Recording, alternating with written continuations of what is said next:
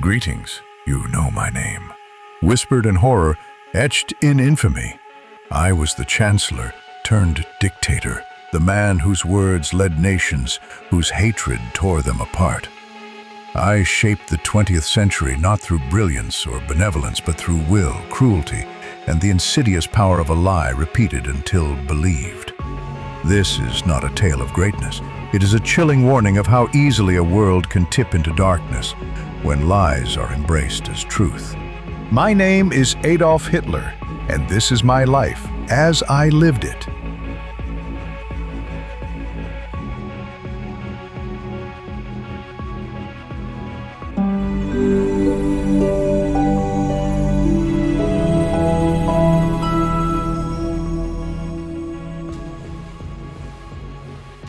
The Boy from Braunau. I was born on April 20th, 1889, in a small Austrian town called Braunau am Inn, close to the German border. My father, Alois, was stern, cold even, a customs official who valued discipline over affection and relentlessly pushed me towards a conventional civil service career. My mother, Clara, was gentle and perhaps overly doting. She favored me, often shielding me from my father's strictness. As a child, I was aimless, a mediocre student who chafed under authority. I dreamt of art, of greatness, of being more than I was, rebelling against my father's mundane expectations. Instead, I wandered the streets of Linz, sketching and nursing visions of grandeur. But failure came early and sharply.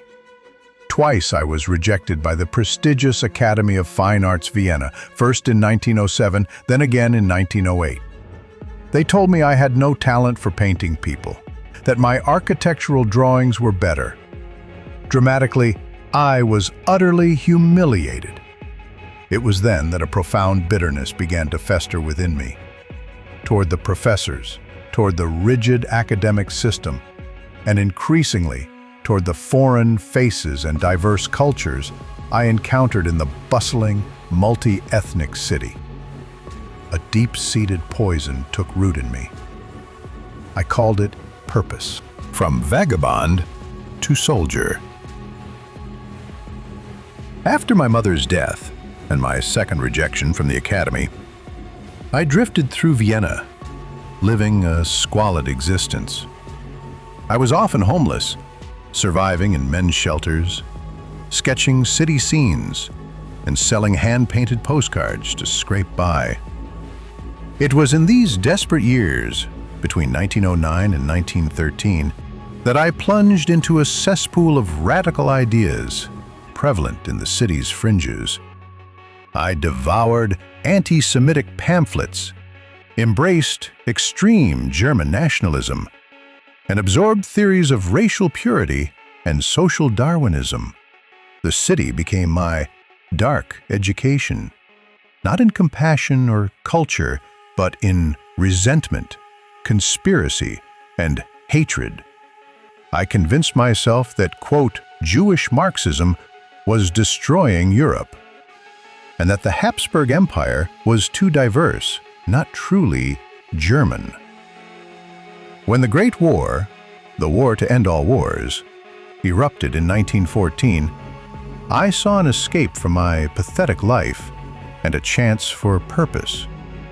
Though an Austrian citizen, I volunteered for the German army and was accepted into the Bavarian Reserve Infantry Regiment 16. At last, I had belonging, a uniform, and a cause. In the muddy, brutal trenches of the Western Front, I found a perverse clarity through chaos. I served as a dispatch runner, a dangerous role, and was wounded twice, once by a shell fragment in 1916 and later in 1918, temporarily blinded by a mustard gas attack. I was awarded the Iron Cross, second class, and later the Iron Cross, first class, for bravery. But when Imperial Germany surrendered in November 1918, I did not see defeat. I saw an unimaginable betrayal. I was in a military hospital, recovering from the gas attack, when I heard the news. I believe Germany had been stabbed in the back by November criminals, Jews, Marxists, and liberals within the nation. Fueled by this rage, I began to speak, first to my fellow soldiers, then to anyone who would listen. Herr Roosevelt verlangt endlich die Bereitwilligkeit, ihm die Zusicherung zu geben, dass die deutschen Streitkräfte das Staatsgebiet folgender unabhängiger Nationen nicht angreifen, und er nennt Finnland, Lettland, Litauen, Estland, Norwegen, Schweden, Dänemark, Niederlande, Belgien, Großbritannien, Irland, Frankreich, Portugal, Spanien, die Schweiz, Liechtenstein, Luxemburg, Polen, Ungarn, Rumänien, Jugoslawien, Russland, Bulgarien, Türkei, Irak, Arabien, Syrien, Palästina, Ägypten. The orator awakens. After the war, deeply traumatized and radicalized, I remained in the army, working as an intelligence agent, tasked with observing various political groups in Munich. In September 1919, I joined a small, obscure nationalist group called the German Workers' Party. It was a tiny movement, but I saw potential in its fervent anti-Semitism and anti-communism. I quickly dominated its meetings with my fiery rhetoric. I renamed it the National Socialist German Workers' Party, the Nazi Party, and designed its potent symbols like the swastika flag. I rose quickly within the party, driven by hypnotic speeches, words filled with fury, grand promises, and simple, damning explanations for Germany's woes. I told people they were victims, betrayed and humiliated by the Treaty of Versailles and internal enemies. I asserted that their suffering had a name, the Jewish Bolshevik conspiracy, and that salvation had one face, mine. The party's membership swelled, drawn by my captivating demagogic performances. In November 1923, I led the failed beer hall putsch, an attempt to seize power in Munich. It ended in farce and bloodshed, sending me to Landsberg prison. But it was there, during my 9-month incarceration, I was sentenced to 5 years but served less than 1, that I wrote Mein Kampf, My Struggle. This rambling, self-aggrandizing book was my manifesto of hatred, ambition, and warped destiny. In its pages, I laid out my vision of Lebensraum, living space for the German people in the East, my theories of racial hierarchy, my intense anti-Semitism, and my dream of a reborn German empire. The world tragically underestimated me. The road to power. The mid and late 1920s brought relative stability to Germany, and the Nazi Party struggled to gain widespread traction. However, the global economic catastrophe of the Great Depression, which hit Germany particularly hard from 1929 onwards, brought widespread despair, hyperinflation, mass unemployment, and profound political instability. I offered certainty and a clear enemy in a time of chaos. My simplistic solutions resonated with a desperate populace. The Nazis grew exponentially, transforming into a mass movement. We meticulously utilized modern propaganda techniques, elaborate pageantry, and compelling myths of German resurgence. I promised to restore Germany's honor, prosperity, and military might, to punish enemies within and without. Our paramilitary wing, the SA, Sturmabteilung or Stormtroopers, intimidated opponents and projected an image of strength. On January 30th, 1933, in a series of miscalculations by conservative elites who believed they could control me, I was appointed Chancellor of Germany by President Paul von Hindenburg. Democracy died swiftly and violently in the shadows. The Reichstag fire in February 1933, likely instigated by the Nazis, was blamed on communists and used as a pretext to suspend civil liberties. The subsequent Enabling Act in March 1933, passed under duress and intimidation, effectively granted me dictatorial powers, bypassing the Reichstag. Soon after Hindenburg's death in 1934, I combined the offices of Chancellor and President, proclaiming myself Führer, absolute leader of a totalitarian state. I outlawed all other political parties, dismantled trade unions, and established the Gestapo, secret police, and the SS, Schutzstaffel, as instruments of terror and control. I began to secretly rearm a nation still bound by the Treaty of Versailles, initiating a massive military buildup that provided jobs, but also pointed inexorably towards war. I spoke of unity, but built it on division. I offered pride, but demanded absolute obedience. I promised peace, while meticulously plotting the conquest of Europe, the machinery of hate. My regime moved with chilling efficiency. Jews were systematically stripped of their rights through laws like the Nuremberg Laws of 1935, which revoked their citizenship and forbade marriage between Jews and Aryans.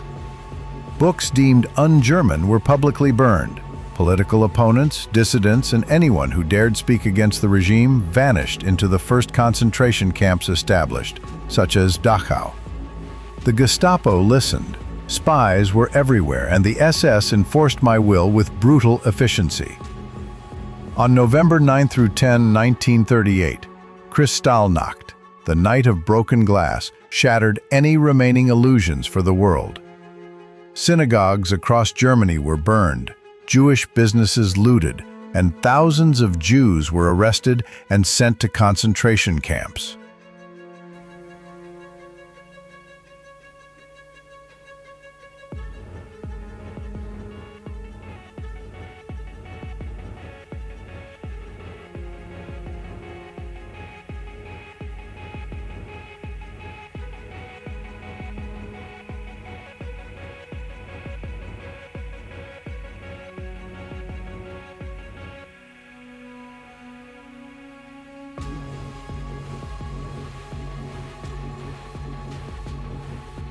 It was state-sponsored terror, a terrifying prelude. It was only the beginning. We rapidly expanded the network of ghettos in occupied territories, forcing Jews into overcrowded, unsanitary conditions. We dehumanized an entire people through relentless propaganda, depicting them as vermin, a threat to the purity of the Aryan race. Then, we built camps not merely for detention, but for systematic extermination.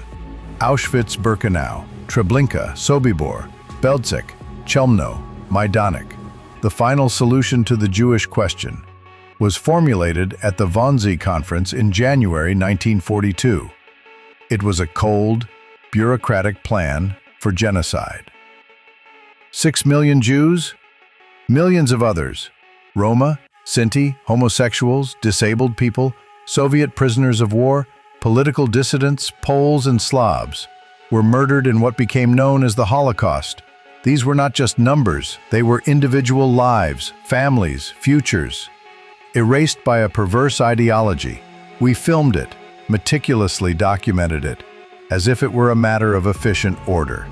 But it was systematic, industrial-scale mass murder. It was genocide. The war, one unleashed. Having solidified my control and rebuilt Germany's military might, I embarked on my path of conquest. In March 1938, I annexed Austria, Anschluss. In September 1938, I forced the surrender of the Sudetenland region of Czechoslovakia, under the guise of protecting ethnic Germans with the appeasement of Britain and France at Munich. Deutsches Volk, besinne dich auf dich selbst, auf deine Vergangenheit, auf die Leistung deiner Väter, ja, auf die Leistung deiner eigenen Generation. Vergiss 14 Jahre Verfall und hebe dich empor zu 2000 Jahren deutscher Geschichte. Das deutsche Volk ist nicht mehr das Volk der Ehrlosigkeit, der Schande, der Selbstzerfleischung, der Kleinmütigkeit und Kleingläubigkeit. Nein, Herr, das deutsche Volk ist wieder stark geworden in seinem Geiste, stark in seinem Willen, stark in seiner Beharrlichkeit, stark im Ertragen aller Opfer. Herr, wir lassen nicht von dir, nun segne unseren Kampf um unsere Freiheit und damit um unser deutsches Volk und Vaterland.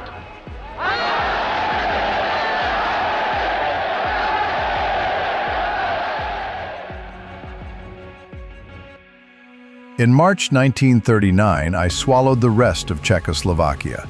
Finally, on September 1st, 1939, I invaded Poland using a fabricated border incident as justification. This act finally triggered declarations of war from Britain and France. The world was plunged into the catastrophic inferno of World War II. My early military campaigns, the Blitzkrieg, Lightning War, were shockingly successful. Denmark and Norway fell in April 1940. France, considered militarily superior by many, collapsed in just 6 weeks in May-June 1940. Belgium, the Netherlands, and Luxembourg were swiftly occupied. Britain, now isolated, held on, enduring the aerial bombardment of the Battle of Britain, but steadfastly refusing to yield. My plans for an invasion of Britain, Operation Sea Lion, were ultimately abandoned after failing to gain air superiority. Then came my greatest strategic blunder, driven by ideological fanaticism and a profound underestimation of the Soviet Union. Operation Barbarossa.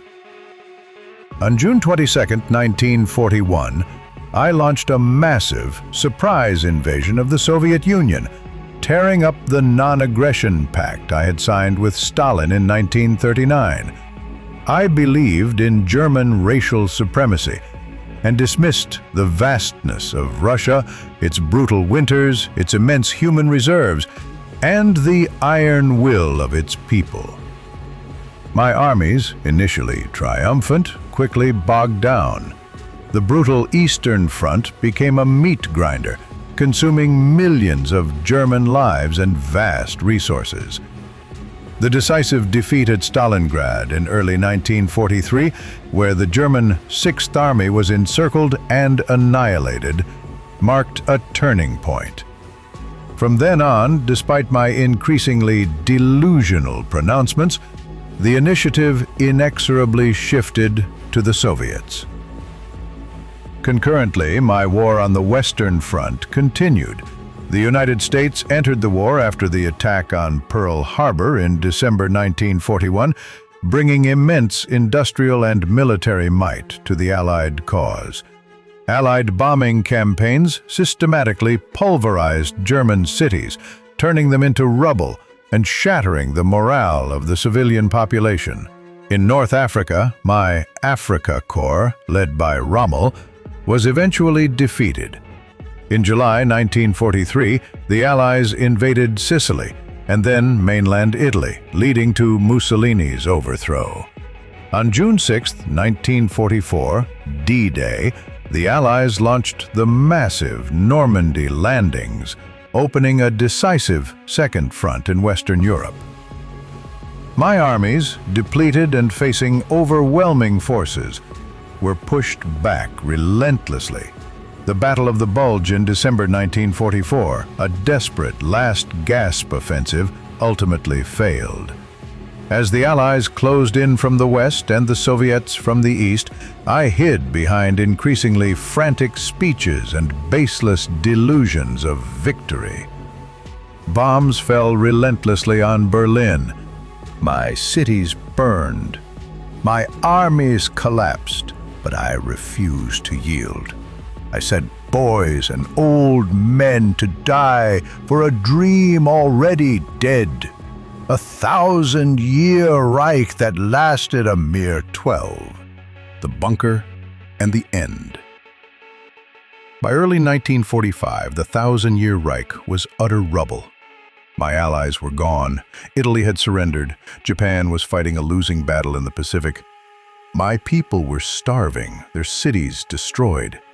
The war was irretrievably lost. Yet, I remained in my concrete bunker, the Führer bunker, beneath the Reich Chancellery in besieged Berlin, issuing orders to phantom armies. In the final days, with Soviet artillery pounding overhead and their troops just blocks away, I descended further into paranoia and megalomania, blaming everyone but myself for the catastrophe. On April 29, 1945, in a bizarre final act, I married my longtime mistress, Eva Braun. Less than 24 hours later, on April 30th, 1945, with the Red Army closing in, together, we ended our lives. She by cyanide, I by a self-inflicted gunshot wound to the head. My body and hers were doused with gasoline and set ablaze in the Chancellery garden as per my instructions. I did not see the surrender of Germany a week later on May 8, 1945. I did not face judgment. I left that to the world I had tried so desperately to destroy. The warning of history. They burned my body, buried my name in disgrace, but my memory remains, not as a leader, not as a legend, but as a searing, indelible lesson. I was not a genius in any conventional sense. I was not a monster from birth, but a man, weak, bitter, and ultimately, utterly consumed by hate. I rose because millions of others, desperate and afraid, followed me. I ruled because millions of others, either through fear or conviction, obeyed me. Think on that. This is the truth. Evil often hides behind uniforms, flags, and the roar of applause. It thrives on fear, on division, and on the silence of the good. It preys on grievance, distorts truth, and promises simple solutions to complex problems. And history remembers not only heroes, but those who nearly erased humanity itself. And that's another chapter from the pages of history, proof that the past is filled with legends, leaders, and visionaries who shaped the world we live in today. But history is far from over. There are still so many incredible stories to uncover. So if you enjoyed this journey through time, make sure to hit that like button and subscribe to History's Icons for more legendary tales. Who or what should we explore next? Let me know in the comments. Your idea might be the next great story we bring to life. Thanks for watching, stay curious, and I'll see you in the next episode of History's Icons, where the past comes to life.